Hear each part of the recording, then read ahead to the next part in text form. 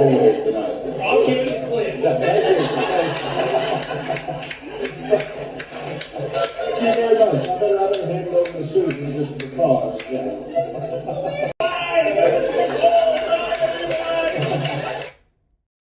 Now that's the way to start a show. Our Indiana neighbor, Jeff Doyle, aka Buddy the Elf. Jeff, thanks for joining me, first of all. I've been looking forward to this for a long time. But set this up, would you please? I mean, great resemblance, and only if you've seen the movie Elf will you appreciate this as much, and most of you have. But set this up. How did this come to be? I'm taking just by the video that it was a complete surprise even to the audience. Yes. So I'm a member of Bar None CrossFit, and my wife is now a coach there. And so the last 2 years, we've raised money for Clint Ramsey and Susan Ramsey, the owners of the gym.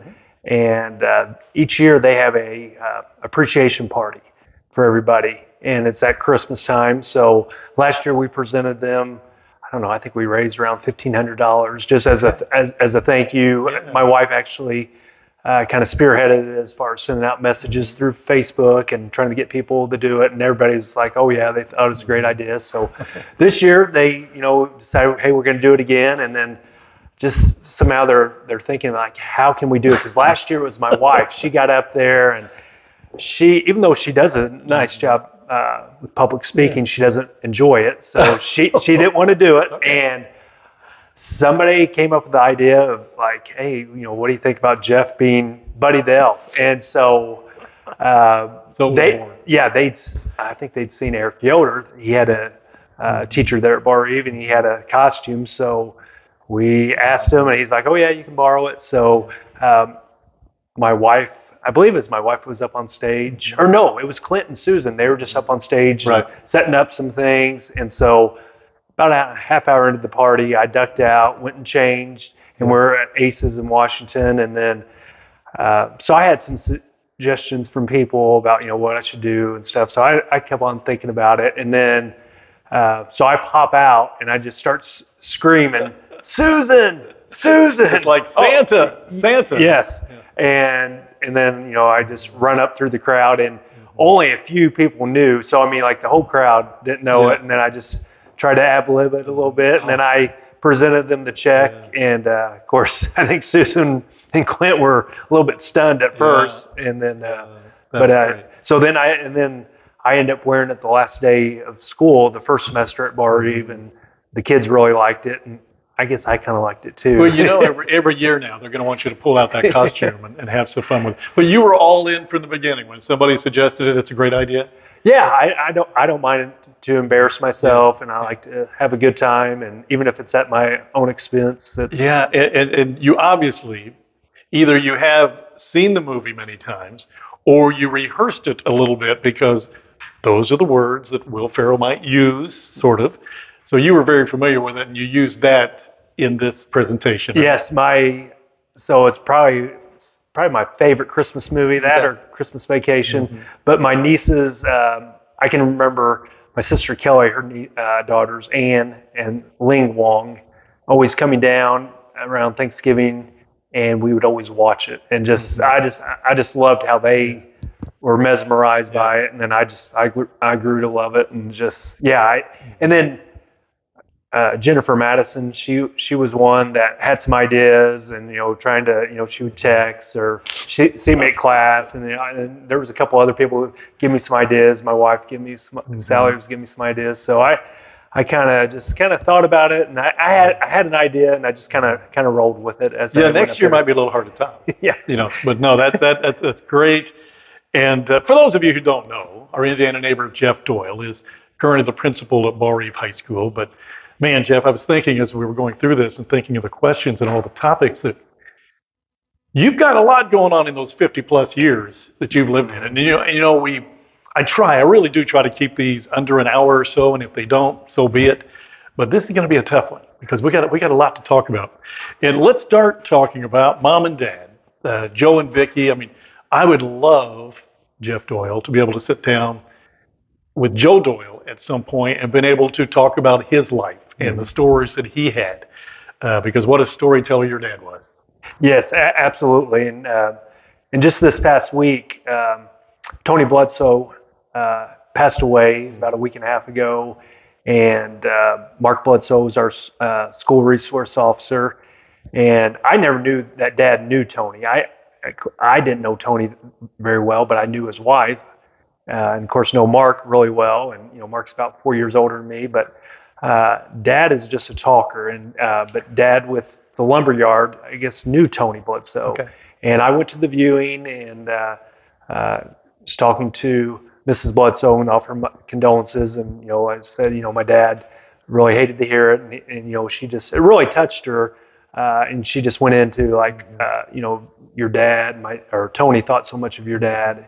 And then, but that morphed into, I was up in Indianapolis this past weekend, and Dad was asking me, hey, I wanted to get a hold of this Mark Bledsoe. And I knew exactly why he wanted to call him. So it was Sunday, so I gave Dad the number, and then Dad called him that night. And I texted Mark and I said, hey, my dad's going to be calling you. And I just gave him the number so he knew it. And Mark texted me that night. He said, I just had the best conversations with your dad. And I don't know they've ever talked before, but that's just how my dad is. He'll talk to a stranger, and but Mark, then I was gone Monday and Tuesday from school, and I was back today, and Mark was just saying, I really needed that phone call. Yeah. Oh, that's and great. it was kind of neat. You'll have to tell your dad that. He'll enjoy that. So Joe Doyle will turn 90 years old on May 17th. Is that correct? Yes. Okay.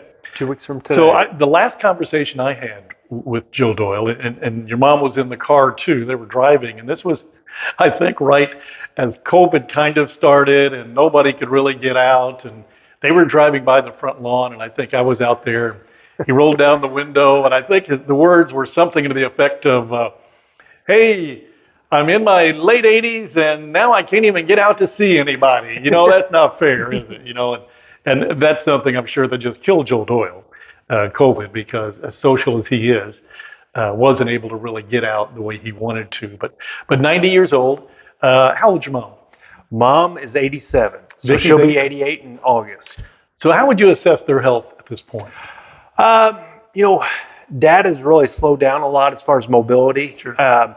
He is, at this point, they don't allow him to walk unless he has somebody with him to assist him. So he's in a wheelchair. He can walk, but they're just afraid. He had a series of falls in September, October range, landing in the hospital, just kind of being unsteady.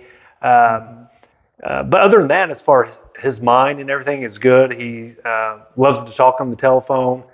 They're in a nursing home in Fishers, Hamilton Trace, and Mom and Dad have rooms next to each other. So Dad's usually over there. So when you go to visit, Dad's usually in Mom's room. And although he can't really take care of Mom like he used to, he's, like, as I tell my brothers and sisters, he's more of her advocate, and that, which is great because, there's a lot of things that Mom can't do.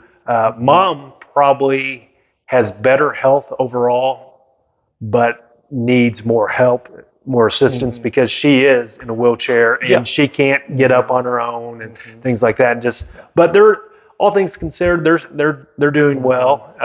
It's just kind of the progression of life that they were blessed to be in their house till 88 years old, and then it's hard to believe it's just been a little over a year, about a year and a half since they've been gone from Lagodi, but it's been good. And then plus my sister Kyle and her husband John, they're close by, and then my brother JR and his wife Kathy are close by, and they've just been awesome as far as getting over there and seeing them and helping them. And then of course Rex and Kelly being a little bit further away can't be there in person as much, but doing a lot of things for them remotely too. So do they like to get cards and letters?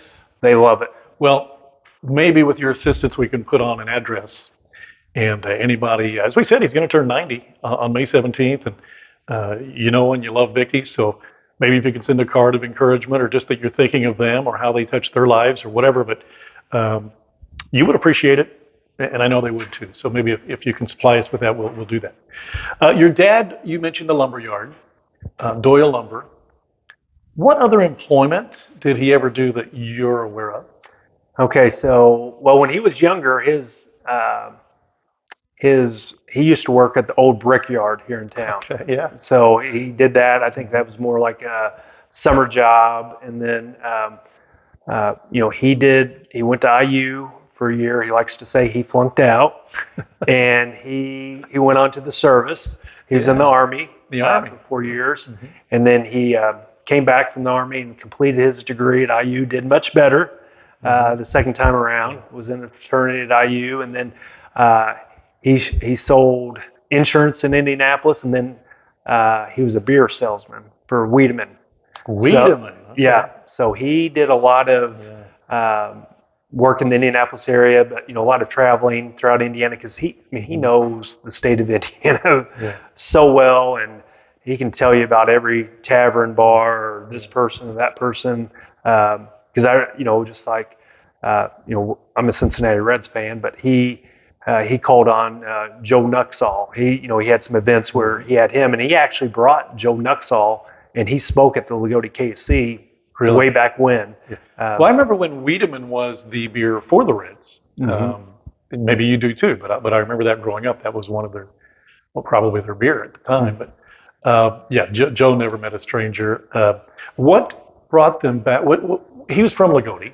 Yes. Was your mom from Lagodi? No, mom was from Indianapolis. She graduated from Indianapolis Arsenal Tech. So back in the day, when she went there, that was the fourth largest high school in the United States. Arsenal Tech, yeah. Yeah. So she graduated there. So they met up in Indianapolis, and part of the story goes, I believe they're at a party, and my mom was asking one of her friends about Dad and who he is. And she goes, "That's Joe Doyle, and he's a no good son of a bitch." And so I guess, Those Mom are the magic words. Yeah. So Mom, I guess, I don't know if Dad ended up reaching out, but they, it just kind of morphed from there. And so that person wasn't kidding. No, they weren't kidding. So I don't know. But your mom took it as a challenge. Yeah. So Dad, that's funny. Of course, he talks about the people he dated, and if you talk to him, it seems like he was a serial dater. Like he dated a lot of women, and I think it was just kind of different back then, But so in my mind, he probably had a date with this girl, and either it didn't go very well, but usually most people like my dad. Well, just popping into my mind when you said your dad and dates, I think I got the right person. We said he was once on a double date, maybe with Florence Henderson. Yes, Florence Henderson of the Brady Bunch. Yes, so she Rockport. She was in Rockport, Indiana, I think. Yeah, Dale, Rockport. Yeah. Yes, and then I think she was over in Owensboro too. So he dated her. Dan Dockage's mom when he was at IU. He dated Dan Dockage because. Now you see why I'd like to talk to Joe Doyle about his life. So because he later in life, back when Bobby Knight was the coach there, you could go to a practice. You had to be invited, and Dan Dockage would have been the assistant coach for Bobby Knight. And then so Dad, of course, practice is over, and he wanted to talk to Dan Dockage about dating his mom. Yeah. And so he's yelling, "Dan, Dan!" Yeah. And Dan hears him and basically ignores him. And Dad doesn't like that. "Dan, come here!" And so he finally came over there, and so he asked him about his mother and told him that they dated. So, but he's had a lot of experiences. Yeah, yes, he had. Now, your mom. Well, let's get back to your dad a little bit. You said the brickyard, the lumber yard, all those before. But when he came to Lagodi, he and Jerry Doyle, right, brothers? Yes. They're the two that got together? Well, Gene, too. Gene Doyle. Yeah. So there's Dad was the middle brother. So Uncle Gene was older, then it was Dad, and then Uncle Jerry was the youngest. So it was a chance to come back to the family business because Mom and Dad, got married, and they stayed in Indianapolis a good 10 to 13 years. I was actually born in Indianapolis, and they probably moved when I was maybe 2, 3 at the oldest. And so he came back to be part of the family business. And I want to say that was about 73. And so, they ran the business. And back then, the Doyle Lumber built a lot of houses. Uncle Jerry and Uncle Gene did a lot of that as far as architecture and building plans and that. And then, of course, Uncle Gene had a tragic accident in 1977 out at West Boggs Lake, a skiing accident. And then it was Dad and Uncle Jerry, and they had that, I want to say to 2000, 2001, they sold out to Jim Matthews and Larry Hembry. And it was, Dad was really, number one, he was happy to get out of the business.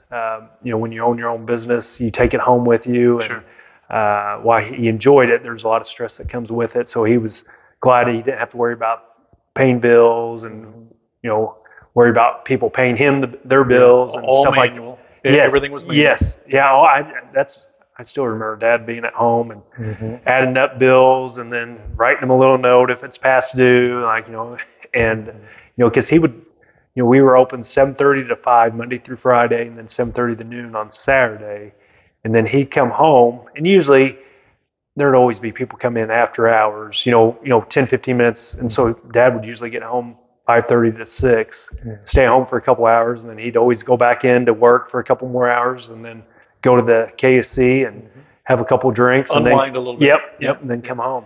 I assumed that he put you to work on occasion in the yard? Yeah. Rex, JR, myself, we all worked there.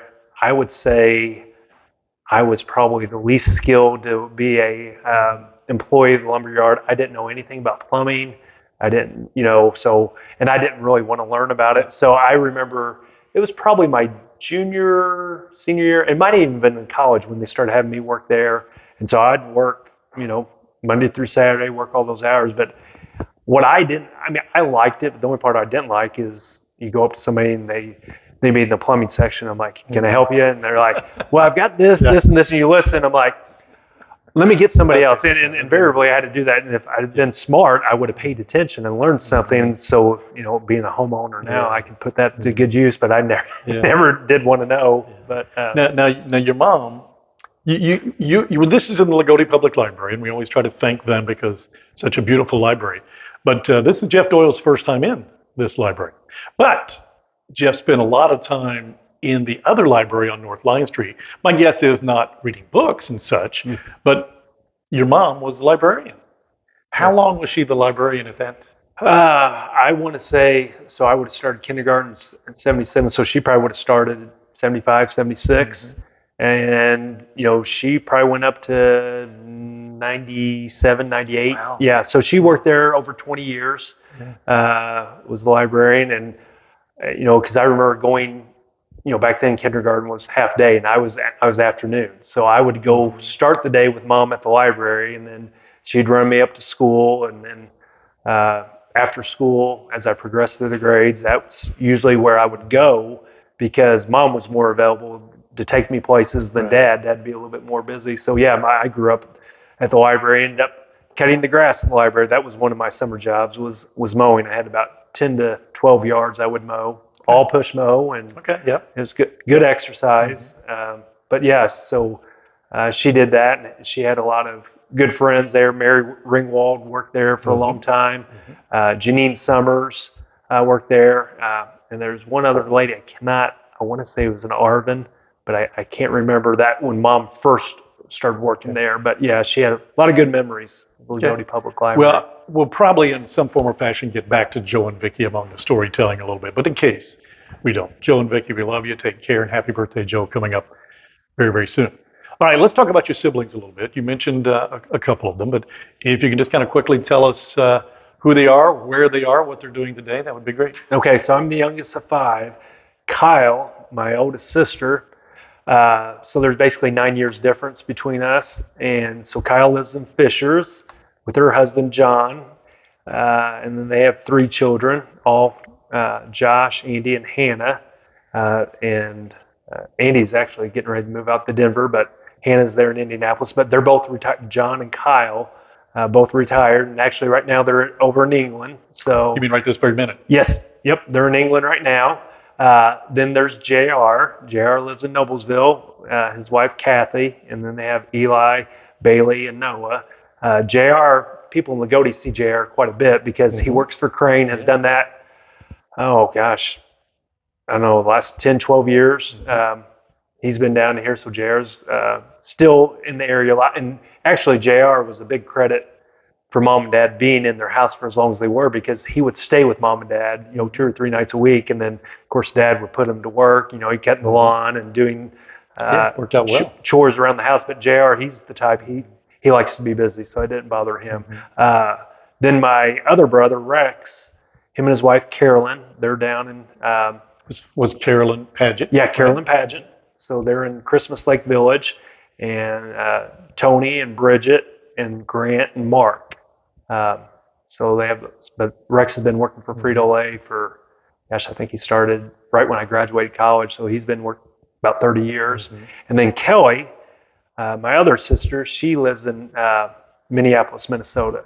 So and her husband, Mel, and then they have 2 daughters, Anne and Ling. And Ling is actually studying abroad in Spain right now, and Kelly and Mel are actually in Spain right now visiting Anne. So you've got a sister in Spain, one in England, and you're here with me. Yes, yeah. So we're all winners. Yeah, well, JR said it figures, the boys are left here to do all the work, and they get to travel and have fun. We got to take care of mom and dad. Yeah, all right. Well, when you mentioned JR, it reminded me, my daughter Perry, last year for work, went to Washington, went to the Pentagon, and sent a picture of her and Mitch McConnell, all right, celebrity. Well, this year she did the same thing, and she had another celebrity that she pulled up that she met at the airport, and it was J.R. Doyle. Did you know that? I did not. They ran into each other there at the airport. So Perry took the opportunity, took a little selfie with him. That's awesome. That's awesome. All right, so childhood memories. I mean, by the way, we're going to talk a lot about my brother Chris, because you've got a lifelong friendship with Chris and the family. Truth be known, Jeff has been a lifelong great friend of the Bateman family, and we love the Doyle family. But you and Chris have a friendship that's gone on forever. And so we'll talk about some of that in a moment. But when you first think of your childhood, let's say preteens, all right? What are you doing on a summer day, typically on any day of the week? Playing some kind of sport, and usually during the summer it was baseball. I played tennis, but that was more, you get 11, 12 years old. But baseball, and that was, I remember Chris and we would play in your backyard, and we actually, one summer we started a wiffle ball league, and we had a schedule mapped out for 2 or 3 weeks. Probably had statistics. Yeah, yes. We did, but we were younger, yeah. And Chris was always the best at that. I was okay at baseball. I could field it and I could catch it. I didn't have a great arm and I couldn't hit, so I wasn't. But doing that, just playing sports, basketball. But it was a lot of walking in town or riding my bike in town, because back then that wasn't a thing where you call Dad, hey, I need to ride to Chris's house, which, I don't know, maybe a mile and a half, 2 miles. Yeah, he would stay all night on occasion if your mom and dad weren't available. They were out of town or something. Yes. So you'd stay at our house. Sometimes we knew you were there, sometimes we didn't. Yes. It's okay. Well, as we got into our high school years, there'd be, your dad would, be up on a Saturday and talking to Chris and like, yeah, Jeff spent the night. Just upstairs. And Chris like, he is? And Yeah, like, we didn't care. That was, the Bateman household. It was like a second home, and and it was, and back in those days, it wasn't. I want to say we were pretty good. I mean, we were mischievous about some things, but like our group of friends, we didn't drink or do anything in high school. We liked to have fun, but as far as that kind of stuff, we didn't. So it was. But it was a lot of good times. Well, I asked Chris for a couple stories, and you can either corroborate or conflict. All right. So one of them, I know you're aware. We've even talked about these, I think, over the years. But one of them is, it's a hot summer day, and you want to play baseball. So you're going up the little league field, and this is Chris's memory. His responsibility was to bring the bat, and your only responsibility was to bring the ball. Yes. He walks up to the little league field. You get chauffeured by your mom, dropped off. That's correct. He's got the bat, and he says, "Where's the ball?" Yes. And you said what? That's kind of how he described it. Yeah, I put and because we were going to play on the minor league field, and I get out of the car, mom takes off, and I'm walking up there, and he goes, "Yeah, you got the ball?" I was like, oh. And he just, shakes his head, and he just takes off walking. That's what he said. And Headed home. And like Chris is not somebody that, I'm not saying he never got mad, but I mean, it was. But he said it probably wasn't the first time. That's why Well, maybe it was, it was to the point of, okay, yeah. But I was kind of like the little brother, because I was probably 200 yards behind him the whole time because I didn't know what to do. And, where were you going to go? well, I ended up going to Todd Arvin's house. Oh, Chris wouldn't let you come back. He was mad, Chris, because I remember going to Todd Arvin's, and I ended up, I think, calling mom and dad and like, hey, I'm over at Todd's. He wants me to spend the night. And I think I ended up spending the night with Todd Arvin that night. Okay, all right, another one. And he just told me this one this morning. I'd never heard this one. You're a fugitive wanted by the Indiana State Police. Now, here's this story. You know where I'm going with this? Yes. Here's a story that I heard. Back in the day when they were, I don't know, early high school, I guess, scooters were big in this town, right? And there was even laws that the police enforced with scooters because you had to. And one of them was you couldn't have riders on your scooter. So this is what he told me. He said that you were in town, and he had the scooter, and you were riding with him, and all of a sudden you see a state policeman, and the state policeman pulls over Chris on a scooter, and next thing you're running off, never to come back. Is that fair? Part of it. Okay. So it's during the middle of the week, and I want to say it's fall sports season, and I'd say it's mom and dad are in Myrtle Beach. They would go on vacation with the Templins. They'd go to Gatlinburg a couple of days, and then they'd move on to Myrtle Beach. So I would always spend the night with Chris for the week while they were gone.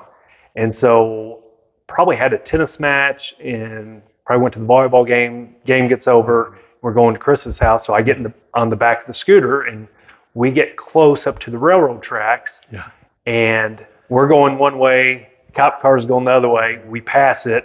And then we see it immediately, it gets across the tracks, and it turns into the KC, and it's going to cut us off kind of by over Kern's agency. So I don't say, Chris must have slowed down. So, and I get off, and I take off sprinting towards Chris's house. Yeah. So I go up there, and then probably about 15 minutes later, here comes Chris. And he's shaking his head. He says, "You're in big trouble." I'm like, what? He says, that cop says he's going to arrest you and all this. Resisting law enforcement. Yes, yeah. I was like, oh my gosh, I didn't know what to do. And he must have told Chris where they were going to be. And they went to Druthers, which is now Taco Bell. Right. And so somehow we got there, because I'm sure I didn't ride on the back of it to get to Druthers. So I don't know, we must have walked to Druthers and went in there, and I had to go up, and there was 2 state cops in there. And it was Roger Carruthers. Oh, okay. It was Roger Carruthers. Yeah. And I had to go up, and Roger, he pretty intimidating guy. Any state police officer to a freshman in high school would be pretty intimidating. And so I kind of stuttered my words and just said I was sorry. And he had a few words for me, and then they let us off. So I don't have a record. All right. Well, Chris said he got a warning on that. So I don't know. Well, maybe he did. All right. So you're not wanted by the state police anymore. Okay, well, that's good. We got that settled. There's a lot of other stories, but we've got a lot to talk about here. But it has been a great relationship with you and Chris, to the point to where today, and if you follow Facebook, you know, these guys are the pickleball champions, like of the world. You know, I mean, pretty darn good. We're working our way up. Yeah, you're working your way up. But you know, and you're what, 52? 51. We're both 51. Okay. But the competitive spirit never left these guys, and you're able to use it today in pickleball more than ever. Now Jeff comes home, and Chris comes home, and he takes it seriously, but not as seriously as Jeff Doyle. That's what he tells me. What in the world brought out that competitive spirit growing up in Jeff Doyle? I mean, what was it, a family thing, genetic, or? Still today? I think it was probably having older brothers and playing against them and their friends, and playing in at Belgrade, we had a lot of younger people. I remember Birch's, Jim and Marilyn Birch, in between their house and the Smiths, they had a basketball court, and it was just one goal, but that's where everybody would go to play, because I don't think anybody else really had a goal at that time. So just a lot of games there. and just, probably getting beat a lot by the older kids, because there wasn't a lot of kids my age. It was, you had Brian Ackerman and Bart Spencer and Andy Walker and Eric Ackerman, Dirk Ackerman. There's just a lot of older kids, and just playing sports, and just wanting to win. And I think that's where probably at that young age, and then just starting to play organized sports, and just always thinking about what you need to do to win. So to this day, I think that's, well, I remember when we were at North Davies, they had it wasn't a day of caring, but I think the student council would raise money for I think maybe for Riley Hospital, and then it was right before fall break. They'd always have competition. They'd have 5 or 6 kids from each class, and I think the teachers would have a team, or maybe we were part of a kids team. But I remember we had a guidance counselor, Mrs. Terrell, who was probably 20 years my senior, and probably at the time she's probably 55 or so. And I remember we were doing some kind of obstacle course, and I'm sitting there yelling at her to go, you got to go, come on, let's go. Yeah. And just trying to give encouragement, and just whatever it is, I want to try to do my best and win. I think that's the thing with Chris.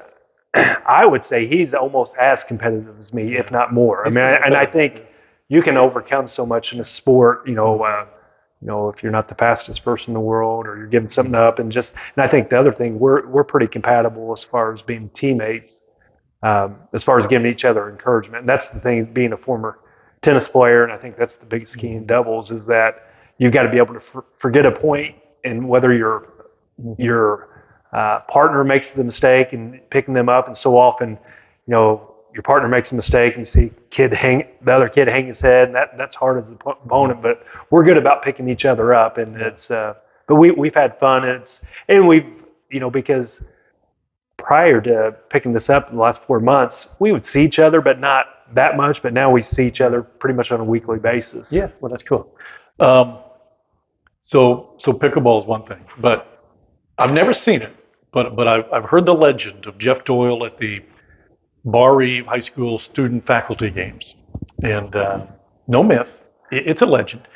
And remember, every year there's another gap in age between Jeff and these guys. You want to drop in how many points you scored at this last faculty student game? I want to say it was 44 or 45. Yeah, okay. Yeah. Okay. And you're not going to lose to them, are you? No, we're not going to lose.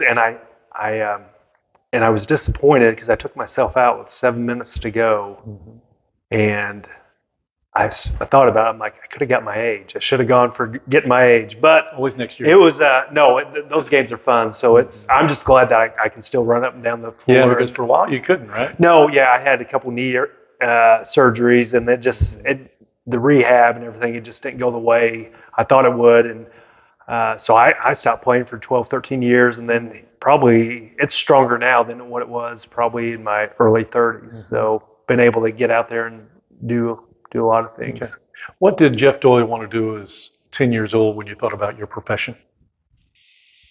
I'm sure I'm like a lot of kids. I thought maybe professional sports. That seems to be at that age you don't know any better. Yeah, I can remember playing, probably when it was raining out, playing with a golf ball, a plastic one, and I'd use it in the sinks, and I'd play United States versus I'd make up a tournament, and we had like 16 team tournament of like the Olympics, and playing each other, and taking the last shot and hitting it, and just making up games, and but just it was so had the desire to play probably professional sport. But as I got a little bit older, I think I got a little bit more realistic. And then as I got in high school, my goal was to play Division I basketball, and I was able to play at the Division II level, and it was the highest level. Yeah, and it was, and I found out very quickly what a good level it was. Mm-hmm. But it was, and then once I got in high school, I think I knew I wanted to coach, wanted to be around it, and so and get in, and naturally education kind of fits So in at there. 10, you didn't say that, oh man, I can't wait to get out of school so I can go down to the lumber yard and be I knew I did be the not- lumber guy. Yeah, I knew I didn't want to be the lumber guy. I had no desire to be the lumber guy. What type of student were you? I was hot and cold all the time. I'd have a good year, and my my siblings did much better than me. My sister Kelly, she was valedictorian. JR and Kyle did very well. Rex was he was a little bit better than me, and then then you got in Kyle, JR, and Kelly, and they were really good students. So, and coming along as the last one, I got the from teachers, trying to encourage me to be a little bit more like them, because I was, when I was younger, I did okay, but I can remember fourth grade wasn't a very good year. Fifth grade was a little bit better. Sixth grade was great. I don't have those memories, but those were good years. I was so hot and cold. Some years it'd be good, and then once I got to high school, I just didn't. I didn't put the time in, and it showed. But I was able to walk across that stage, but there was a lot of pep talks from Joe Doyle. Oh, I'll bet. You talk about high school, and some of you don't know, but most of you do, that of course Jeff is one of the greatest, if not the greatest, high school basketball player to play at Lagodi High School. He's now third on the all-time scoring list. But again, you go, was there three-pointers? Was there, all that. But obviously Pete Bledsoe passed he and Brian Canada, but Jeff was second up until a couple of months ago. But we don't think about tennis. You were an excellent tennis team, and again, from a post on Facebook this morning that I saw from Chris, you guys had quite the team in 1990 as seniors, in of course even what still is today a one-class sport. Mm-hmm. And you played college tennis? Yes. See, I wasn't aware of that. Mm-hmm. So you were, what was it, just kind of a tag along to basketball, or was it a scholarship? So I was on a full ride to USI, so I went there to play, and then full ride. Yeah. Okay. Mm-hmm. Didn't even know they did that back then. Yes. Yep. So I didn't pay a dime. Wow. And it wasn't like a grant or anything. It was a full athletic scholarship, and I believe I think we had probably 10 full scholarships on the team. Mm-hmm. But yeah, so I didn't play as a freshman. There was a couple guys from Vincennes that I competed against in high school, and they came to me about playing. And my freshman year, I just knew it was too much. But then I ended up playing my sophomore and my junior year. It was a great experience. Tennis was in the spring in college. So my sophomore year in college, our basketball team wasn't very good. We went 10-18. It butted up right to spring break, and then tennis team went on a trip down to Florida, and I remember that year flying down there and catching up to them, and we were down in Destin and stayed there for a week, and then I thought this is great. They're paying, I get a week vacation down here for spring break, and did that. So I did that my sophomore and junior year. And our tennis team was okay. The sophomore year, we were just all right. Junior year, we were pretty good. We were competing for a conference title. And then the senior year, they were really good. But my senior year, I was student teaching, and we went to the national championship in basketball. So I'd already missed a week of student teaching, going out, participating in that. And they told me I couldn't do tennis. So I played 2 years. But yeah, high school tennis was great. I still, being competitive, I try to think, what's the one thing that we did that no other Lagodi team's done? And we're the only team that's beat a top 10 team in the state. So we beat Vincennes Lincoln when they were in the top 10. They were either 6th or 8th that year. But Chris won at 3 singles, Scott Bullock won at 2 singles, and I won at 1 singles. Who was your coach? Rick Graves was our coach my junior and senior year. Hall of Famer. Wes Taylor was our coach. That's what I thought. Yeah, Wes was our coach freshman and sophomore years. Had a lot of respect for Wes. He was also a freshman basketball coach, and then he got a job at Washington going into my junior year. And then Coach Graves took over, because he would have been the girls' coach up to that point, and then he took over. So it was, and we were able to win sectional all 4 years. And back then, sectional was either played at Paoli or at French Lick. High school basketball, you didn't play much as a freshman. Did you play any? I didn't even dress one game my freshman year. But I think you told me that Coach Butcher had an inkling as to what to come, and you didn't play your freshman year, but he came to you with a conversation to tell you how important you were going to be into the future. Do you remember that conversation?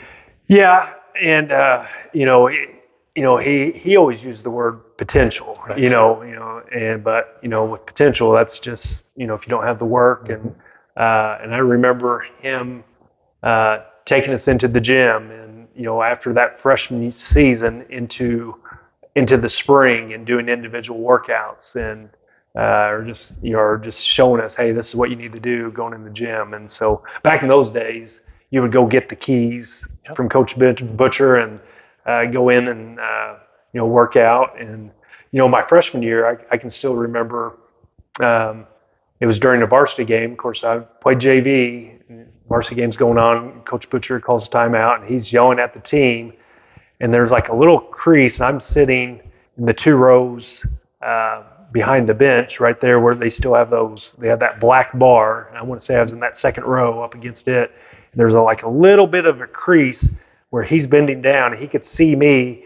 And then he starts pointing and yelling at me in a varsity timeout, and I'm just on the JV. I'm not even dressed out. Yeah. So I think he was sending me a message that there's a little bit of potential. And then my freshman year, I wasn't even playing on the freshman team, and I was at a practice during the week and doing something, I guess, not right. I was on the other side of the court, and he comes down there. I just hear some yelling come towards me, and he's like, "Get out of here, and you can come back and play with the freshman team tonight." Oh, I was just like, I got to play with the because you look at it as a demotion, but we played Washington that night, and we couldn't beat Washington in 7th and 8th grade. And we played them in freshmen. We beat them. And, of course, there's not very many people at a freshman game, just your parents, maybe a few kids, students. But Coach Butcher wasn't happy with how we played or how we shot free throws, so we had to stay around and shoot free throws. And then he comes over, and I think Brad Howard might have been rebounding for me, like you'd shoot 2 and move on, and there's just 2 at a goal. And Coach Butcher starts rebounding for me, and then he starts getting madder and madder and starts, just telling me. But it was just all, I think he saw the potential, and I give him a lot of credit because he saw that potential, but he worked with me, and those kind of the moves that he showed me, those are the kind of things that scored me a lot of points. So, but yeah. I remember seeing a sweatshirt or a T-shirt of Coach Butcher on Facebook, probably. I think it said, "If at first you don't succeed, you should have listened to the coach in the first place." Yes. And that's kind of his philosophy.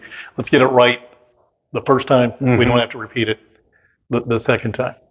So you go through high school. I guess if I look at the most memorable game that I remember, it was the Vincennes-Lincoln game your senior year. Yes. When you were undefeated, of course, ended up the regular season undefeated. Tell me the rankings. I know one class, we were what? I believe we were 3rd or 4th. Yeah, because there you had the AP and the UPI poll, and the AP we were a little bit higher. And Vincennes-Lincoln was ranked as well. They were 9th. Okay, and this was at Jack Butcher Arena, and I just remember the sold out sign between these 2 teams. Final game of the regular season. We beat them. For some reason that seems to be an upset, but it really wasn't. Was it even close? We ended up winning by 10, 12 points. It was close throughout, but it was one of those games where we had control the whole way. Yeah. And I kind of go back as a sophomore. We got beat to Vincennes. It was always the last game of the year. My junior year was the first year of the new Vincennes-Lincoln gym. We didn't play at Adams. We were up 12 with 1:10 to go and got beat in double overtime. Oh, okay.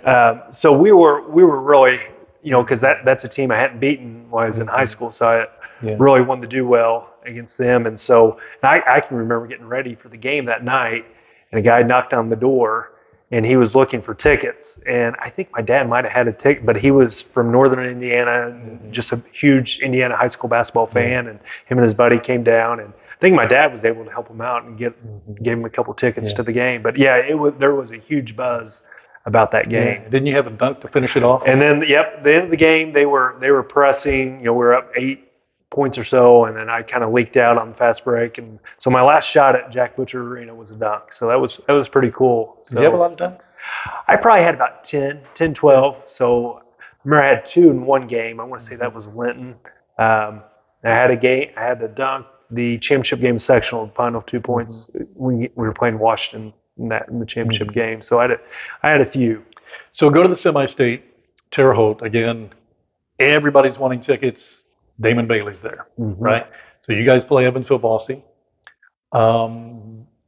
You're how many off from the scoring record of Brian Canada? I mean, you're there. I would have been 28 away. Okay. Which kind of leads into another story. Go ahead.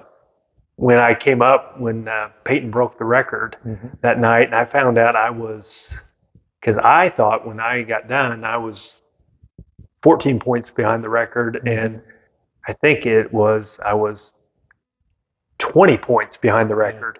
Well, John Mullen. Yeah, there was an adjustment. Yeah, there was some adjustments. So corrections, I guess. Yeah, so I asked Brian that night. He said, "Oh yeah, that's true." Yeah, we were really hoping that Peyton would beat him by more than 2 points. Or something like that, which he did. But yeah, there was a period of time there where they went right through the books again, and there was some adjustments. In the scoring. But anyway, so you were 28 points away. So if you get to that championship game, you're probably the all-time scorer. But even at that, we played a little slowdown against Evansville Bossy for obvious reasons, right? I mean, they're very, very athletic and stay in the game the whole time. But do you still to this day feel like we could have, should have beat them? Yeah, I think we definitely could have beat them. I put a lot of the blame on myself. I had one of my worst games. I was 6 of 17 from the field. A lot of those attempts came last quarter trying to catch up. But I remember, Coach Butcher talked to us. He said, we're going to start out in 3-2, delay game, but he says at some point we're going to open it up. But I think he was thinking we'll get the lead and then we'll open it up. But I remember my first move, got it on the wing, and after we worked around a minute and a half, and I want to say I took the first shot, which was basically wasn't a layup, and I drove down and tried to do a power move, pump faked, and I just missed it. I was going up against Andy Elkins, who was 6'7", who ended up being one of the best players for UE, and then they had Ron Derritt, who played at Ball State, another 6'5" guy, and I just missed some shots I normally don't make, and definitely their athleticism affected some of those shots. So in my mind, I'm like, I think it was a good game plan. It was just poor execution on my part. But the mindset back then was Evansville Bossy was really one of the best teams in the state of Indiana. I mean, athletic, everything else. But good old Lagodi, we're going in thinking we're going to win this game. And when you don't, it seemed like an upset on our side when really it was on the other. Another memorable loss was WC. Was it your junior year? Yes. Now here's my memory. Must have been a 2-point game or a 1-point game or whatever. We were down last seconds. I think you bring the ball all the way down and shoot and miss. Right. Now, would you have tied it or won? I would have tied it. Okay. Well, all I remember thinking is, I'm okay with that. If somebody's going to take that last shot, I want Jeff Doyle to take it. That time it didn't work out. But I mean, what great memories you have to have. Yeah. Most of them wins. Yeah, and I remember that WC game because we beat them during the season. I had 42 that game, and but we didn't beat them that bad. They were very good for having 42. But that was a year where they kind of struggled in the middle part of the year, and I think that was a part. They really took off the second half of their season. But Scott Arthur fouls out, and they're up 1 point. Chad Wade comes in, and I think there's, one in the bonus, and I want to say one of the Steimel boys hit one first free throw, and I remember going over to Chad Wade, who just checked in, hadn't played the whole game. I said, "Be ready." I said, "I'm going to pass it to you, and you can hit a 3-pointer and we'll win." So he misses the second free throw. I get the rebound. I drive it all the way down the right baseline, get about 15 feet, and I shoot it, and I miss it. So, you forgot Chad. Yeah, I forgot about passing the ball to Chad. So does Chad ever bring that up? Yeah, oh yeah. We've talked about it a time or two or 100. So is Chad's version that we would have been sectional champions that year if you would have just gone with the plan? Absolutely. Yeah. If I would just, and because I was the one that went to him, but I just didn't. Well, I guess I wasn't going to pass it. Yeah. So you graduate USI, you go to USI, but even before that, did you have other offers that you really considered? Oh yeah, I was. So USI offered my junior year, or going in. So I just completed my junior year. So that summer, going into my senior year, USI offered me then. And I remember saying, that's the last place I'm going to go. You know, Really? I wanted to go Division One. Yeah, okay. So Butler, Ball State, Creighton, those were schools that were, heavily recruiting me, call me. See, I never knew that, getting to know your Indiana neighbors. But you didn't either. Yeah. But I was that guy, if you know anything about recruiting. They're also recruiting a bunch of other people. So I was, I needed so many guys to turn down a scholarship before I got that offer. And you just don't know where you're at. But there's, like Utah State, I had an offer to go out and play out. But, you get tons and tons of letters in which, as a kid, you're like, oh man, this is, but until you start getting the phone calls and, they come to your games. Yes. And my senior year, I remember Northwestern, Coach Butcher called me down. I don't know, it was like fifth period. He said, hey, Northwestern called. They want to come watch you practice. They're going to fly in today. So they came in, watched practice, and everything went great. And Coach Butcher is telling everybody, let's get him the ball a lot. Let's, and so it went great, Greg, except for one thing. They went to Terry Hassler and they asked for my transcript, and they took one look at that, and I never heard from Northwestern again. Northwestern. Come on, party poopers. Well, that's a pretty good school academic-wise, right? Yeah. Well, that's pretty cool. I didn't realize that. So you settled on USI, or were you comfortable with USI? They had an assistant coach, Vic Coleman, who played, had a couple of 10-day contracts in the NBA, and he was a really good recruiter. So he kind of drew me there. So I committed spring break my senior year. Again, I was waiting, and I thought about VU. VU offered me a full scholarship. I turned down, and just talking about, you have to have scholarships turned down. I turned down a scholarship, then that scholarship went to Joey Hart. Joey Hart ended up having a great career. I think they got national runner-up one of the 2 years at VU, and then he went on to... You one-upped them on that. Then he went to Coastal Carolina and got to play in the tournament. So it was... the big tournament time, So then I committed to USI, and Dr. Lionel Sin was the head coach at that time, and then Vic Coleman was the assistant. Yeah. So you go to USI, and, USI is a pretty good team. USI's pretty good. But they had a change in coaching, and that turned everything around, didn't it? Yes, yeah. So my freshman year, we went 18-10, had a good year, did not make the Division II tournament, but we beat the University of Wisconsin at Wisconsin that year. So that just gives you an idea how good the teams were. We weren't good enough to play in the Division II tournament, but yet we could beat a Big Ten team. Now, Wisconsin wasn't the Wisconsin now. They were the bottom feeder of the Big Ten back then. Them and Northwestern would have been. Sophomore year, we went 10-18, and our coach got fired. And then so that's later that spring, they brought in a new young head coach, Bruce Pearl, and really turned things around. And we had a good core of guys. We just needed a few more athletes to go with it. And Coach Pearl brought in Coach Rick Hurtis, which Rick played for Ron Felling over at Lawrenceville, and Coach Hurtis was a really good high school player. So there's a lot of connections. So the recruiting really went up, but they kept a lot of us around, and then they were just able to add some pieces. So my junior year, they brought in Tyrone Tate, who was the starting point guard at the University of Utah for Coach Rick Majerus. As a sophomore, Tyrone went to the Sweet 16 with Utah, was the starting point guard. And so we just got inducted into USI's Hall of Fame here a couple months ago. So I was asking Tyrone, I said, okay, Tyrone, explain this to me. You were the starting point guard for Utah. And I said, as I remember, you guys went to the Sweet 16. Is that right? He said, Rick Majerus, yeah. I said, why did you come to USI? He's from Chicago. He said he wanted to move back home. He said, Rick Majerus, he's nuts. He always yelled at me. Tyrone. Oh yeah, Bruce Pearl won't. Yeah.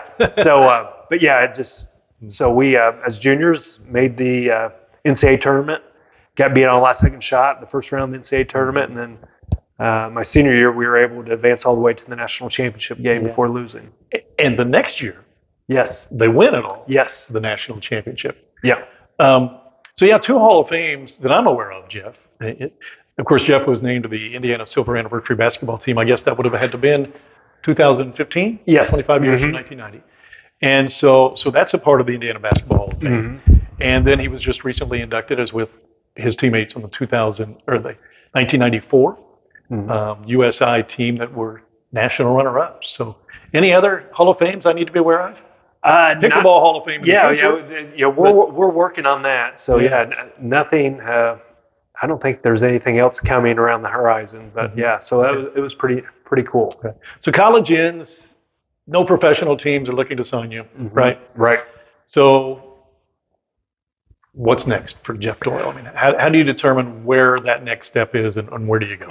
Okay, so I did my student teaching at Evansville North, and so start looking for teaching positions. And were you still wanting to be a coach at this point? Yes, and I remember taking an interview. It was at Sisney, Illinois. It's a really small school. I remember going over an interview and just thinking it's for their head basketball job, and go over there and interview for it. And did you name drop Rick or Bruce Pearl at all? Well, yeah, he called over there. Oh, he did? Yeah, and so so then like 2 days later, and then USI was having a basketball camp, and there was all these coaches that were a little bit older than me, 6, 7 years, that were applying for it because they had a good team coming back. But I ended up getting offered the job, and I was shocked. But I was 22 years old, and I was like, I turned it down. So then Evansville North called and had a position. So I taught at Evansville North my first year of teaching. Okay. How was that?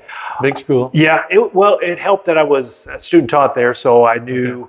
Very familiar with the town. Yeah. So, but it was, I was teaching U.S. history and world history. But yeah, there was a little bit of a eye awakening, and so I did that a year, and then I decided to go back to school and add on to my teaching license, because at that point I think I was just 9 through 12, and I added a middle school endorsement, and then I was 5 through 12, and then added PE and health to my social studies, and then end up getting a call from Stan Mosier over at Shoals. They had a social studies position. They had a young guy that was there for a year or two, left.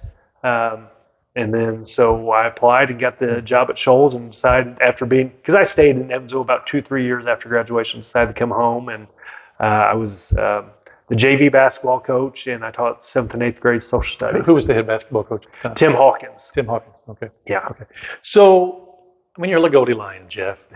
I know there had to have been a part of you to hesitate to go to Shoals, but it was back home. Now, you can answer this or not answer this. Okay. Shoals, North Davies, Bar Reeve, you've been successful everywhere you've gone there. Have you applied for positions at Lagodi? No. Never have. I've never have. I guess the opportunity has to be there. But right. And there was, so when I was at Shoals, it might have been my 2nd or 3rd year, there was Lee Kavanaugh was retiring social studies. And I don't know, I got through word of mouth that, I should apply for it, and that you should or should? That I should. Okay. And at the time I'm single, and, and I know all the people and the kids and at Lagodi. I just didn't think it was a good, even though Shoals is only 8 miles away, I don't know those kids. I don't know their parents. Just not the right time. Yeah, it wasn't the right time. And then probably the biggest difference was going into my 2nd year, they offered me the athletic director's job. So, I'm 26 years old, so I get the AD's job. I do that for 4 years, and then my 3rd year at Shoals, I'm already the athletic director. Then they asked me to be assistant principal. And then, so with those things, you get a little bit more money. And, now you start, now you're thinking career. Yes. Yeah. And I think that's where I kind of like, okay, I like coaching, but I think this is more my path is in administration. Well, I remember And you still do, obviously. You still have to keep up on things. But I mean, to get to that administrator's license, you went to school forever, did you not? Yeah, and I probably did it wrong. I got my master's right out of college, and I did a Indiana Wesleyan program. We actually did it at Bar Reeve High School. There was about 15 of us: Terry Holt, J.R. Perkins, Joanne Schutz. I mean, there was just several people that did the class with me. I'm leaving several people out, but anyways, I did that. That was like a year and a half program. You met on Saturdays from 8 to 5, which they usually didn't keep you till 5, but you'd be there till about 3:30. It was like 3 out of every 4 Saturdays. So we did that for a year and a half, but that was just a master's degree. And so, but that gets you a bump in pay. Well, when I wanted to go to be an administrator, you got to have an administrator's license. So then when I left Shoals, went to North Davies, they said, we'll take you, but you don't have your administrator's license. You need to work on that. So I went back to Indiana Wesleyan and started taking more classes. So it took me, had I just gone and got my master's in administration, it would have saved me a lot of money and time. And what position were you hired in at North Davies? I was assistant principal. Okay. Yep. I was assistant principal, and actually Travis Madison let me know about the job because I think he had interviewed for it and then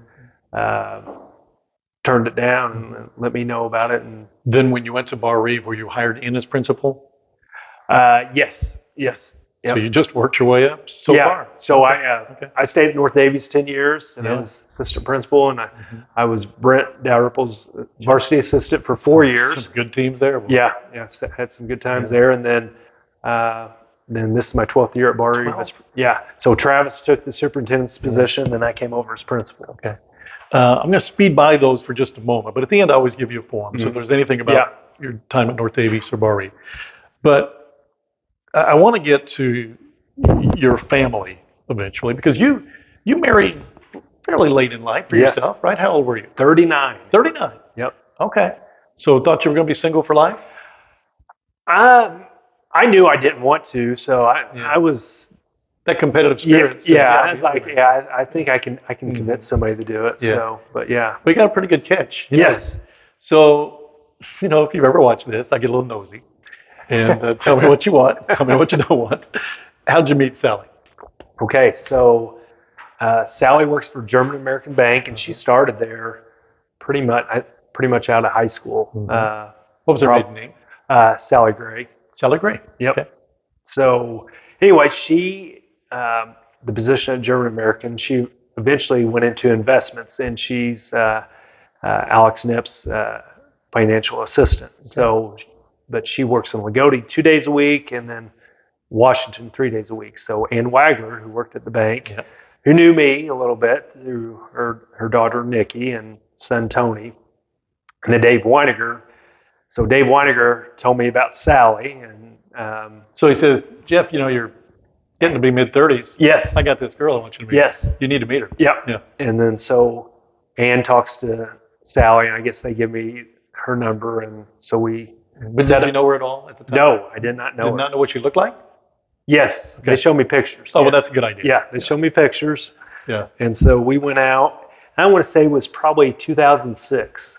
Okay. And so I was coming out of a long relationship, and she was too. And this is my recollection of it. So I just don't think the timing was right then.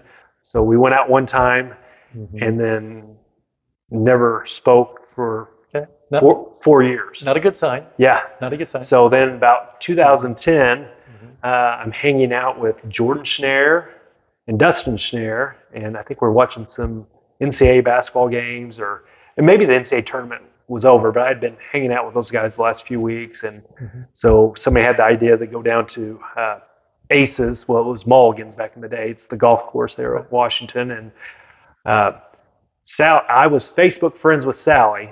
She thinks I was stalking her, that she had a status that she was going there.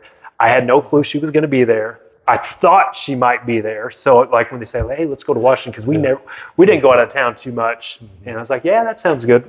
And ran into Sally and asked for her number. And she says, she's like, he's never going to call me. But she gave me the number, and then we went out again. And then, now, Now, she did remember you from 4 years earlier. Yes, she did remember me. I am curious, Jeff. Yeah. Tell me what you went to. That date in 2006, where'd you go that you didn't talk for 4 more years? We went to Applebee's in Vincennes. Okay. Yeah. That seems like a reasonable plan. And she claims when I dropped her off that night that I didn't even stop to let her out. Like, Wait, I just slowed down, and now I think I was more, automatically unlock the door. Yeah. And if you, yeah. Wow. No kidding. yeah. All right. Okay. I won't go any further. I got a lot more questions to that, but I won't go any further. But then Travis Madison, he knew Sally, and of course I tell him about, who I'm dating and stuff like that. And Travis and some of the other guys, they wouldn't let me live that down. They're like, "Have you not seen her? She's beautiful. What? I mean, what are you thinking?" What? I mean, I'm like, well, it's just, I didn't think she was that interested, and it just wasn't a good time. Not interested in you. Yeah. So, Yeah. and so he, they were. She could have called you. Yeah, she could have. It works both ways. She ways. had my number. So I didn't think she was that interested. So that's yeah. Okay. But the second time worked out much better 4 years later. Yeah. So much better that you had a child. Yeah. How old is Claire? She's 10. Oh my gosh. Yep. 10 years old. Wow. What a cutie. Does she have the competitive spirit that you have? Yes and no. I'm not talking about tantrums. That's not. Yeah. No, she likes to win, but she doesn't have that. She likes to do a lot of other things. She's involved in volleyball and basketball. And this past 2 years, we've been in the basketball league at Washington. It's been a good introduction to basketball. The first year was just 3-on-3 half court, and then this last year was full court 5-on-5, and she really enjoyed it. But she's not to the point where she's just wanting to go out and play all the time and do stuff. I mean, she loves volleyball, and so I think there's she likes sports. And the one thing that we kind of do now, I'm a big NBA fan.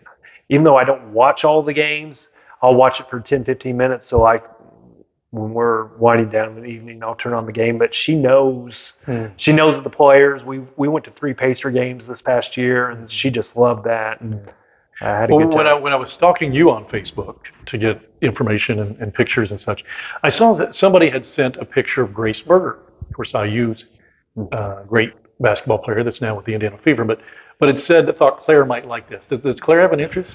Yeah. So. Which, by the way, that's a great person to look up to right there. The hard work. Yep. Yeah. So last year, we went to some IU women's games, and if you haven't been to an IU women's game, I think they're better than men's games. I do too. Get better seats. You don't pay as much. Yeah. You don't pay for parking, and you don't have to fight the traffic. Although this year, it's changing. There is a lot more traffic, and so we went to 2 games last year. And then this year, I think she went to 5 games. Went with Hadley Weiniger, and then went with some of her other buddies. But like Toby Madison, he took a group of 6 or 7 girls for his daughter BB's birthday, and stayed in the hotel on a Saturday. But they went to an IU women's practice. His former assistant coach, when he was at, I can't remember what school he was at, but he is now a women's coach. So he got them, so they were able to go to the game or go to the practice, and then they got autographs of all the girls and got pictures with them. And so when Claire found out that Grace Berger was drafted, I was telling Mark that, and then just yesterday I got home and Claire had a picture frame and a picture. It's a caricature of Grace Berger in the Indiana Fever that Mark Holt gave to Claire as a present, which was very nice. So thank you, Mark, for that. She just loves it. So, she has a love for sports. Look, it's so great today that even when you and I were growing up, it wasn't this way. But young ladies can now have role models if they're athletes and know that there's more to it maybe than just college in some areas. There's a pro level, and women's basketball. Like you said, if you've not been to an IU girls game, get there next year. They're just going to be as good, I think, as this year. But you also have a lovely bonus daughter. Yes. Right? That Sally had, correct? Mm-hmm. Lauren Andis. And Lauren, she's 23. Oh, my gosh. Okay. Yeah. She was Miss Davies County, was she not? She was Miss Davies County, and actually, it's just funny as you get older, just how things circle back. But when you're a fair queen, you go up to the state fair queen contest, and then we run into Chris and Michael, and Emily Bateman is Martin County fair queen. So that was really neat. And so, not that Emily and Lauren are great friends, but they're friends, and I'm sure have each other on social media. So it's kind of neat that to see them interact, and then of course get to see Michael and Chris. So that was pretty cool. But yeah, she was fair queen, and then now she's at Logan chiropractic school. Okay. Yeah, so she's in her first year of that. So she's over in St. Louis. Okay. Beautiful young lady. Yeah. Thank you. Yeah, is she hoping to come back here, or just wherever life takes her? I think so, but Lauren, she's single right now, so there's so much you just don't know. Right. She meets somebody over chiropractic school that you just don't know where it's going to take. But Sally has a very close family. Jarrett and Patty Gray live in Washington. So Nana and Pat Paul. So they, I think that's where like the center of the Gray family is at their house, because they have a pool, indoor pool, and on the weekends in the summer, that's where everybody meets. And Patty will cook, and she knows that brings people, so she likes having everybody at home. Well, you're a member of the IHSAA committee, right? Is that the right term? Yep. What's your role? I'm a board member, so it's a 19-person board. So, and they have representatives 1A South, 1A North, and through all the classes, and they'll have a minority representative, parochial school representative. So there's 19 of us.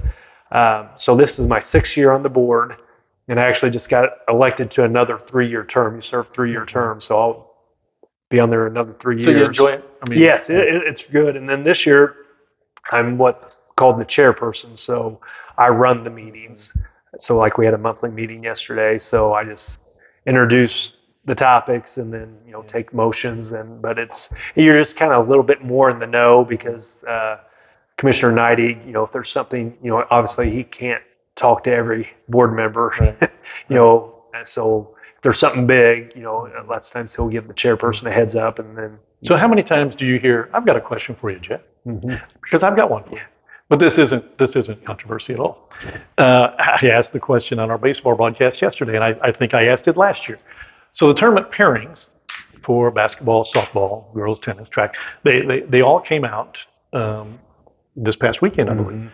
So typically it's a couple weeks maybe ahead. This was at least 3. Yeah. Is it because you're all gathered at once? And no, it's not that. And I want to say it's a little bit to do with graduation and all the activities and just planning, even though those plans are set out in advance.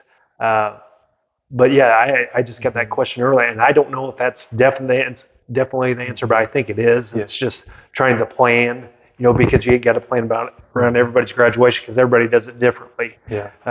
Because there's some that have it through the week, and we can have a whole show. And maybe we should sometime. You come on and answer whatever you can, whatever you can. We know there's the enrollment classification that's going on. We won't get into that at the moment. There's just too much. But what's the number one question that you get from people like me? And I'm one of the few, I think, that actually recognize that if there weren't an IHSAA, we would not be enjoying these high school basketball games, right? I mean, It's the business that runs it. But there are a lot of people that are very upset with the IHSAA because, first of all, there's more than one class, 30 years old now or better. They think they're all out to make money. But what's the number one question you get? A lot of it, because we're not going back to one class. Right. A lot of it is alignments for tournaments. So you every 2 years you align, and just look at the Class A sectional first. So this started in '98, so we're 25 years into class basketball.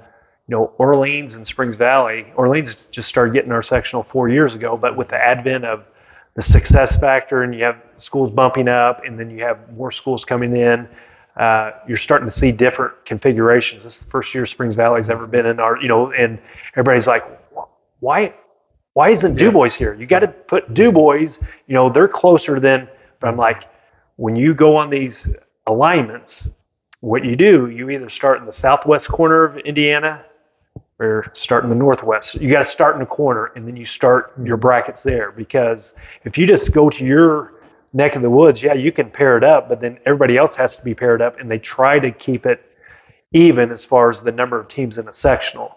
And so you just can't start in the middle of the state or in ours, Martin, Davis County, and start picking yours, and then like, okay, everybody else can figure out yours.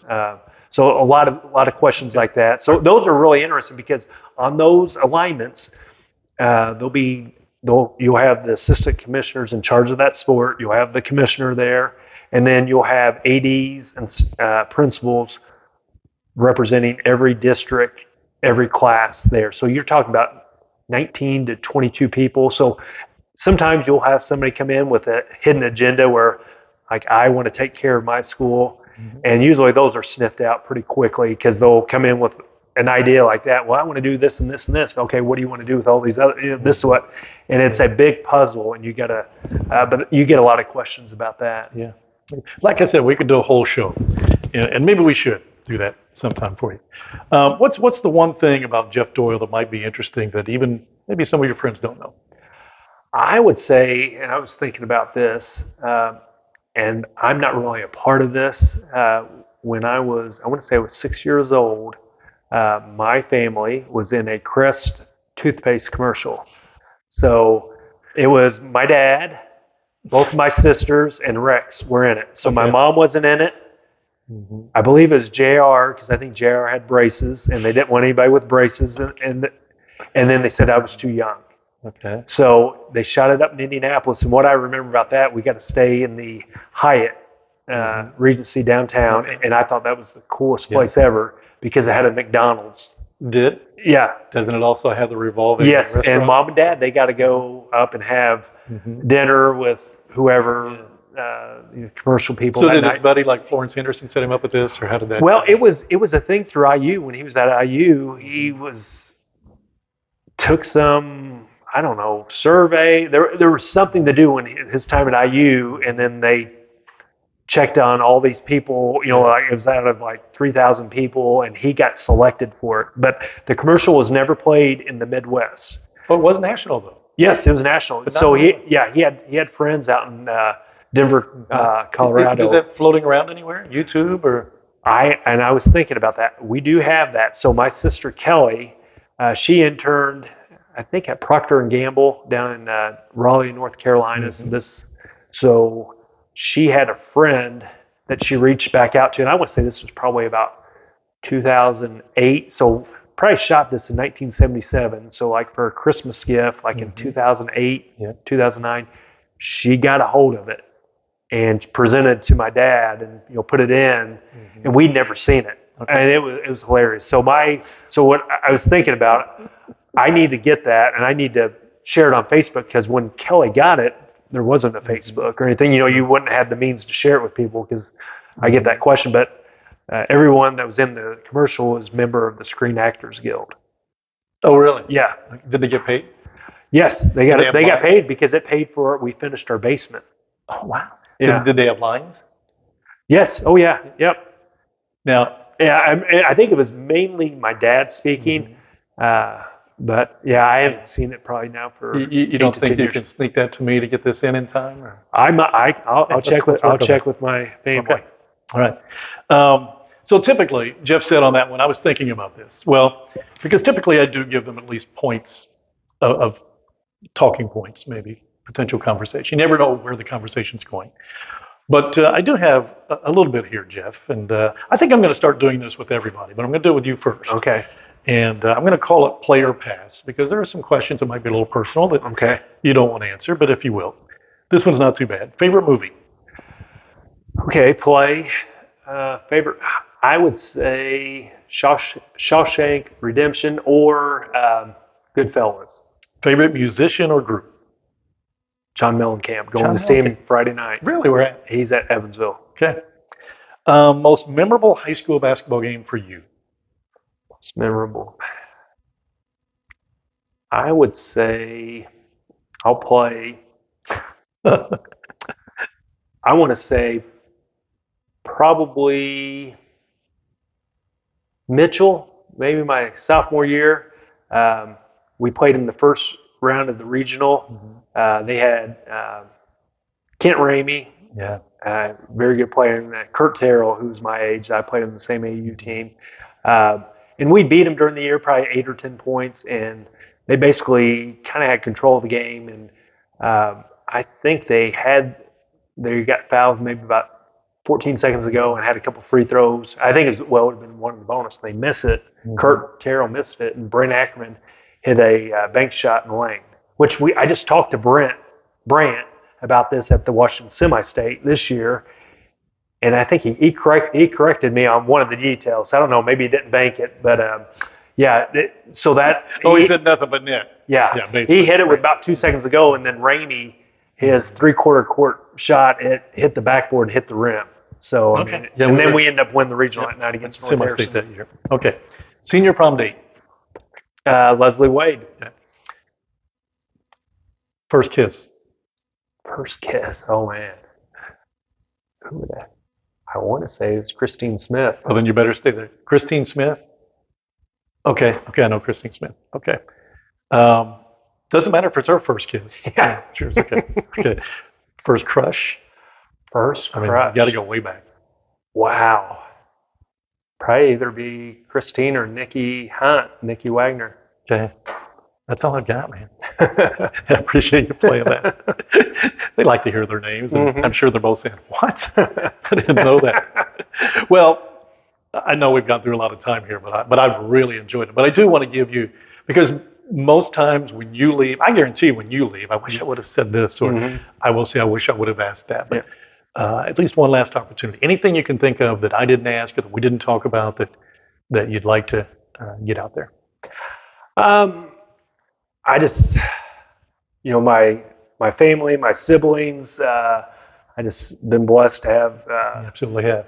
5 or 4 great siblings, and just being the youngest, they kind of always looked after me, and I was just always fortunate for them to always come back and watch my athletic events and follow me, and just been very supportive, and just that was the one nice thing about being from a big family, have all those siblings, and just feel lucky to have a mom and dad that raised me in a small town, and didn't always agree with my dad. Dad was, I won't say he was hard on us, but he had expectations of working, and there's times growing up that you're like, he's so demanding and stuff. But it was just appreciative of the work ethic, because I think I've took a lot of those lessons and trying to apply those today. But just want to thank my wife too. I'm just, got married at 39, and my friends always gave me a hard time just wanting to find that perfect person, and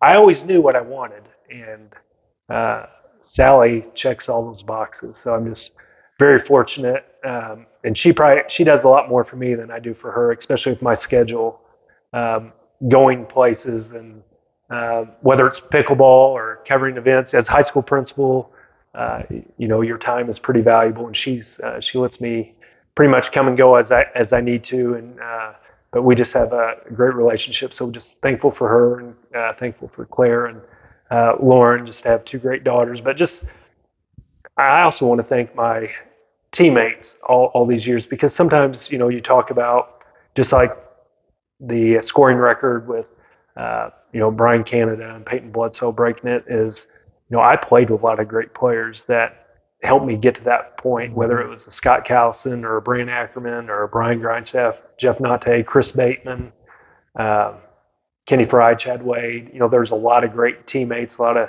good coaches. Kevin Biggs comes to mind. I talked about Coach Butcher helped me out a lot. Coach Biggs really helped me out a lot, because Helped the big man, didn't he? Yep. Ryan was 2 years younger than me. Right. And so he would take us, he took us over to French Lick Lot to tennis lessons, and then just in the gym. And he worked, I'd say probably my best attribute was that I wasn't the highest jumper, although I wasn't. You could leave. I could jump, but I was a quick jumper. And a lot of that was a lot of the drills that Mr. Biggs did, wearing a weighted vest and doing explosive drills. So just thankful to all of them. And I said a little bit about, Wes Taylor and Rick Graves, two great tennis coaches. And then just, I think back to all the teachers I had that, tried to help me along the way. And there's some tough lessons, tough love sometimes along the way. And I wasn't a bad kid, but I didn't live up to my potential in the classroom at all times. But yet they still, kept on pushing me. So I had a great childhood growing up. You try not to single people out, and I'm trying to think in my head, should I? But I want to give a shout out to Mrs. Weininger, Regina Weininger. Oh. She was my Mrs. Steiner when I was there. Yep. And I tell her this every time, and she knows about cool the jets. Whenever we were kids, she was the cool teacher. Yeah. And if she was not happy with something, cool your jets. Probably not with you, but go ahead. But I just want to make sure I had her as my 6th grade year, and because as I said, some years I wouldn't do very good, and I had a really good 6th grade year, and a lot of that was due to her, and she was just a great lady. And then, I lived in Washington for a few years when Sally and I first got married, and I'd see her at church a lot, and she's just such a nice person. And I just look on people's comments on Facebook. She's always commenting. Always on people's, positive. Yes, Always she is positive. the most positive person. Yep.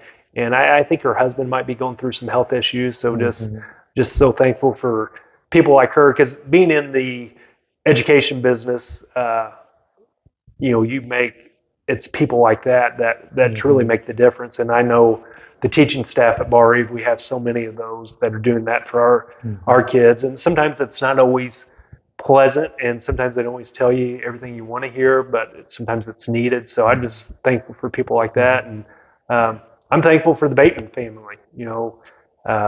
One quick story. I know we've been. If they want to watch it, they'll watch it. That's mine. Chris and Scott Bullock, 1st grade.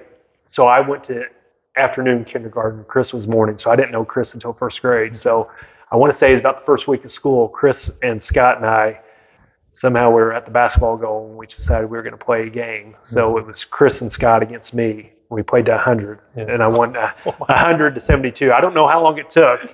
I still remember the score. I was going to say, how do you? You'll have to ask Chris if that's what he remembers, but I just remember that. And the last thing. What grade was that? That was 1st grade. Okay. The last thing is probably one of the best sports memories I have is Pee Wee League baseball. The orange hats. Milky Williams. John Williams, yeah. Yep. And then Mike Wade was assistant coach. Yeah. Kenny Fry, Chad Wade, Jeff Eckerly, Tara Allen, Anna Allen. We had Kenny Fry was on there. But anyways, we didn't win a game during the regular season. Yeah. Lost everyone, but everyone made the tournament. We practiced every Saturday. And I don't think any of the other teams did. But then we got in the tournament, and we beat the yellow hats. And then we had to play the red hats, and we beat the red hats. Well, then we had to play the green hats, and Chris Bateman played on the green hats, and they were undefeated. So we had to beat them twice. And we beat them the first night, and then we beat them the second night, and we won the championship. So didn't win a game the whole year, and then we won the Pee Wee championship. So. Wow. So 2-time Hall of Famer in basketball, one of the greatest Lagodi Lions there ever was. And his best memory is the orange hats going on that run and beating the green hats in Pee Wee League baseball. That's pretty humbling. Yep, that's for sure. Hey, Mike DeCourcy's out there saying, wait a minute, what about me? What about your radio host here? This guy also does radio for now Shake Broadcasting, the General, and for the Bar Eve kids. And I know you enjoy that so much. And I know a large part of it is because I can hear it in the voices because you know the kids and you want them to succeed badly. And I know that's something even, I don't know that it's a competitive spirit for you, but there's a passion for you when you even do that, right? Right. Oh, yeah, absolutely. And you hit on everything in life is relationships. And I have those relationships with those kids, and just to see them do well. And like this last year's team, even though we finished with a 500 record, I thought those kids, I had a blast watching them, and I just, the season ended as it was to a really good Lagodi team, and I think they got all the talent they could out of them. And for the first time in years, not as much pressure that they had to win every game, right? Right. The teams for the last 10 years, they had to win almost every game.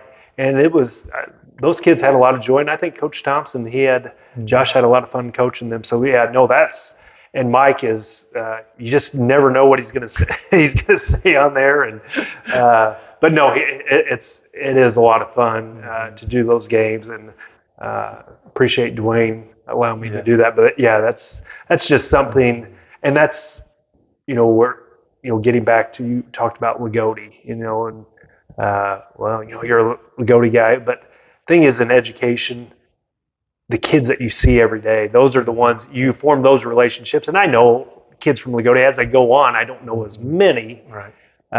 But these kids personally, and you want to see them do well. And so it's not about that they're wearing a Bar Eve or Lagodi. It's that that kid, and you want to see him succeed. And you see maybe some of the struggles that they've had, and to see them succeed at something, or even if it's something small, like coming in, and it could be a 10 or 12 point game, and the guy's a bench warmer, doesn't get to play that much, and he hits a three. To that kid, that's pretty awesome. And I still remember when I was a coach at Shoals, and we were pretty good in my first 3 years. My last 2 years, I went 1-39, and I can still remember getting joy, and we'd be getting beat 20, 25 points, and we'd have some kids that didn't get a play, and I put them in the last minute of the game, and they'd hit a shot or something. They just had the biggest smile, and that's what's rewarding. So, Well, I've got one that I didn't bring up that I want to, and that's 1990, going up to Terre Haute.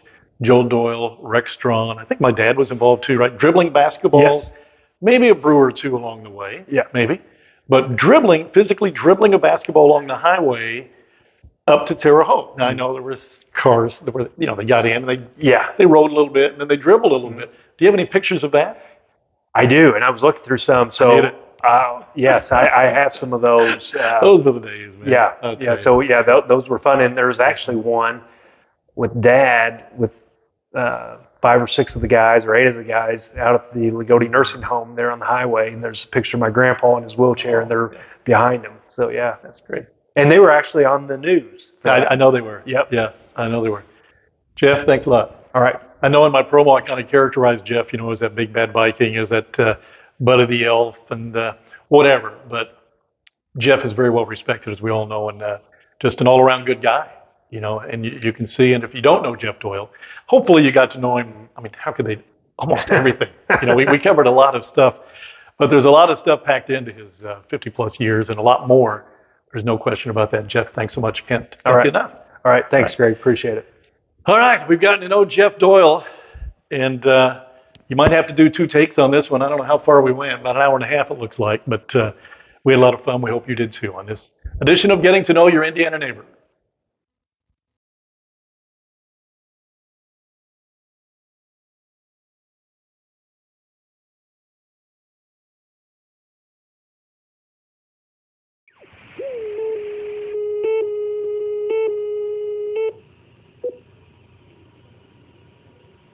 There I am, Joe Doyle, Crest tester, over 20 years ago. Let me tell you this, I still have confidence in Crest fluoride, and my kids here use it today because they get good checkups with Crest. It's sure done a good job for my family. Joe Doyle helped prove Crest fights cavities, and in test after test in more ways than any other toothpaste, we're still proving it. Crest, 25 years of proof behind it, a future of good checkups with it. I made a wise decision in using Crest.